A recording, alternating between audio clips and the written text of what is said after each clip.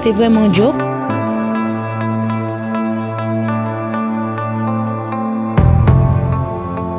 Pourquoi on nous a laissés ici? On ne peut pas dire que les choses ont avancé. Notre pays souffre. Le 12 janvier 2010, la terre a tremblé en Haïti. Un séisme dévastateur qui a fait 230 000 victimes, 300 000 blessés et 1 million de réfugiés. Un an après, le pays, parmi les plus pauvres au monde, est toujours à genoux et les problèmes sont loin d'avoir été résolus. C'est dans ce contexte difficile qu'a débarqué en septembre dernier une équipe du groupe de secours Catastrophe français. 5 sauveteurs du GSCF, une ONG basée à Villeneuve-d'Ascq, sont venus pendant 10 jours apporter leur aide et leur soutien logistique à une population durement touchée. Alors, le but de notre engagement en Haïti est d'effectuer un programme de développement avec des associations locales, donc apporter du matériel à ces associations pour justement, lors d'une catastrophe naturelle, qu'ils puissent intervenir auprès des populations et les aider. C'est un pays qui a de gros problèmes, qui est à reconstruire, mais qui était à reconstruire avant le séisme. Donc maintenant, tout est à faire.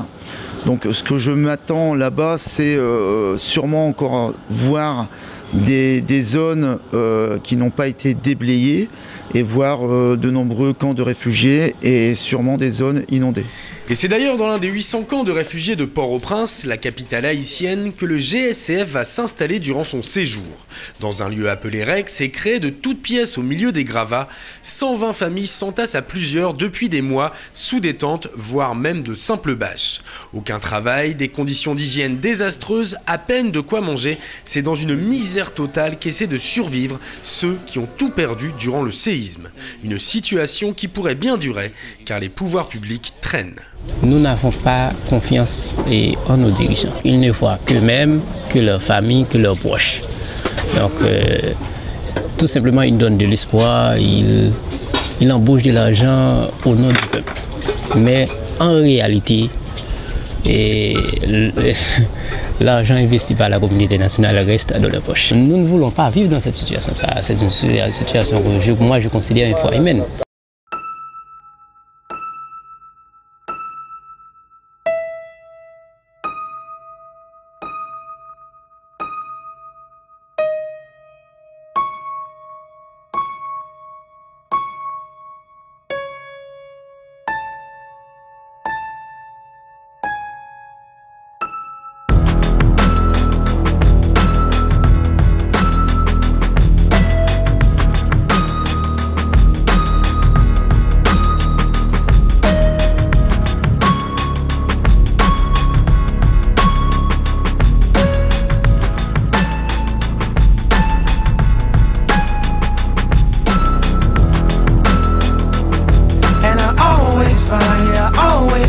Something wrong.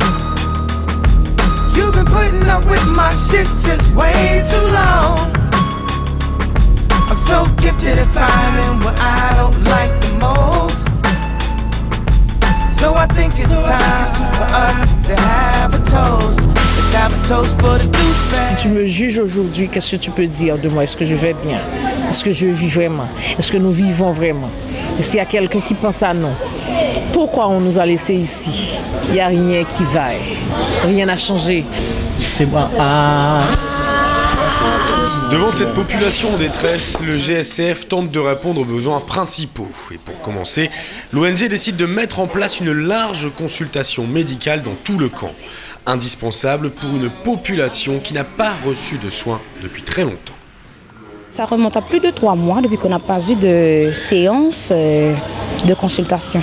Il y a beaucoup de problèmes médicaux ici, beaucoup de gens qui ne se sentent pas trop bien. Oui, on peut le dire parce qu'on a des personnes handicapées, on a des personnes aussi qui ont des problèmes au niveau de leur poitrine.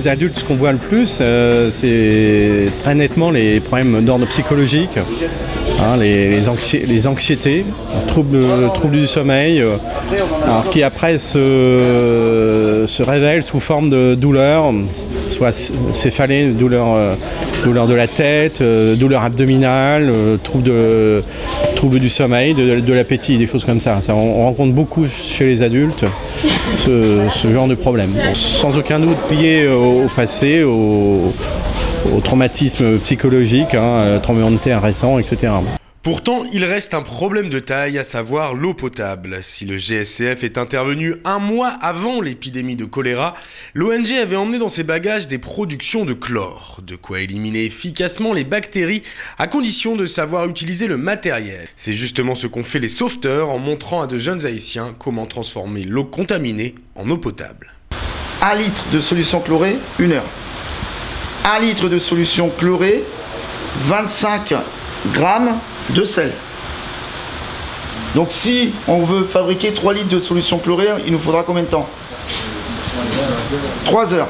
Avec le tremblement de terre qu'on a eu, beaucoup de conduits d'eau sont défectués, disons, sont brisés. Donc il peut y avoir des microbes qui s'infiltrent. Les eaux ne sont pas sûres. Donc maintenant, avec cette formation, nous pouvons traiter les eaux et permettre aux gens d'être à l'abri de microbes.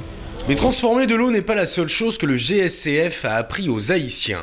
Dans un pays peu formé aux secours d'urgence, l'ONG a décidé d'apporter ses compétences aux sauveteurs locaux. À travers des cours pratiques, les nordistes ont dévoilé toutes les techniques des premiers secours. Est-ce qu'on a le droit de le bouger? Non. D'accord. D'accord.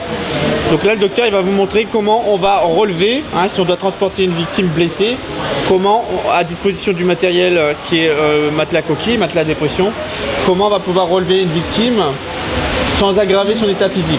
On leur a montré comment intervenir sur une personne qui est inconsciente et qui respire, donc la PLS, hein, qui peut maintenir en vie une personne. Après, le reste, c'est de la bobologie, une pose d'attelle, un colis cervical, immobilisation dans un matelas dépression. C'est des gestes qui sont essentiels et c'est les premiers stages qu'on apprend en France, et ben, on s'en est servi ici.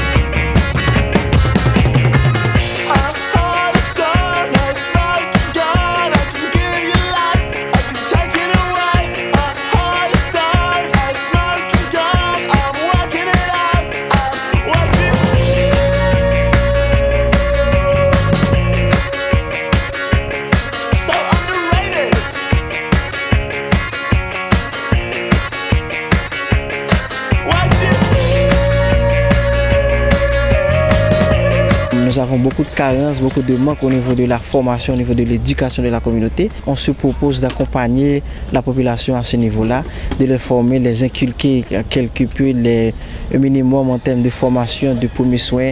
Et ceci, ce sera grâce à ce que nous aurons appris de GSCF qui nous accompagne jusque-là. Et pour que l'aide apportée par les Français ne soit pas que temporaire, le GSCF a décidé de donner 1 tonne de matériel de secours à des associations locales. Et la mission des sauveteurs nordistes ne s'arrête pas là. Après quelques jours passés à Port-au-Prince, l'ONG prend la route du Sud, direction le département des Nippes. Cap sur des villages isolés, quasiment coupés du monde.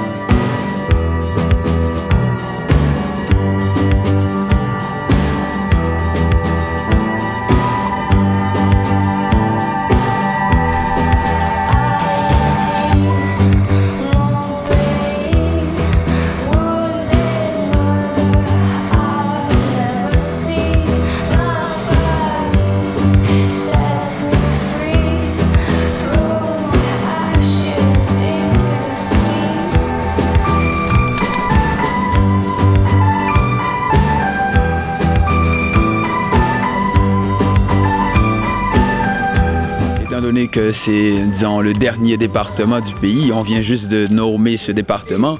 Et bon, comme on voit là, il y a très peu de monde qui pense à cette région des Nippes. C'est un département unique et c'est pourquoi c'est un petit peu délaissé. C'est pas vraiment un coin que les gens auraient envie de venir s'ils ne savent pas qu'est-ce qui se passe, vous comprenez. Du coup, comme à Port-au-Prince, le GSCF décide de donner des formations et des soins à une population qui n'a plus vu de médecin depuis 6 mois. Pendant 24 heures, nuit et jour, les membres de l'ONG vont ainsi venir en aide à plus de 300 personnes.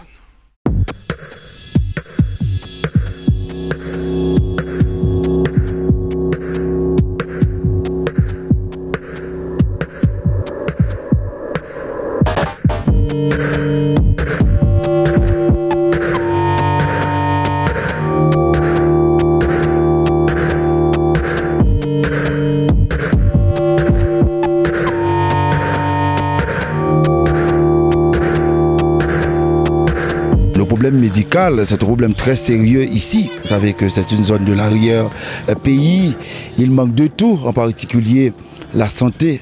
Mais nous sommes contents, très contents pour les enfants, pour les vieillards, les adultes qui ont reçu, qui ont bénéficié de vos consultations, des médicaments gratuits et de vos dévouements. Et nous sommes très satisfaits et nous souhaitons que vous n'allez pas nous laisser là en route.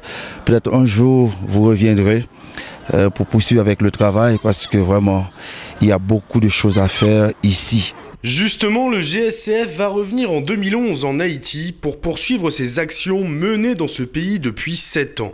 Et cette mission, réalisée 9 mois après le tremblement de terre, n'a fait que renforcer la conviction des sauveteurs. Je suis agréablement convaincu que notre mission a apporté quelque chose ici, localement. C'est qu'on a rencontré des personnes, on leur a redonné goût, on leur a redonné envie de voir, enfin, que les Français s'intéressaient un peu à eux.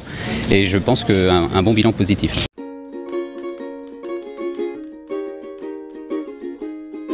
Le peu qu'on leur apporte, comme là, moi je pense que j'ai ramené un grain de sable, c'est petit, mais plusieurs grains de sable réunis, après on fait une brouette et puis on fait un mortier et puis là on fait une consolidation.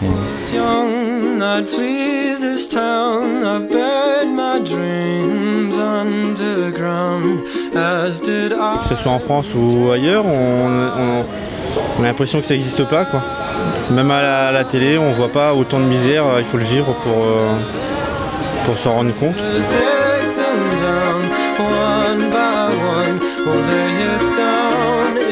Il est certain qu'ils ont besoin de coups de main, de bonne volonté. Et je pense qu'ils vont s'en sortir malgré tout, toutes ces catastrophes successives.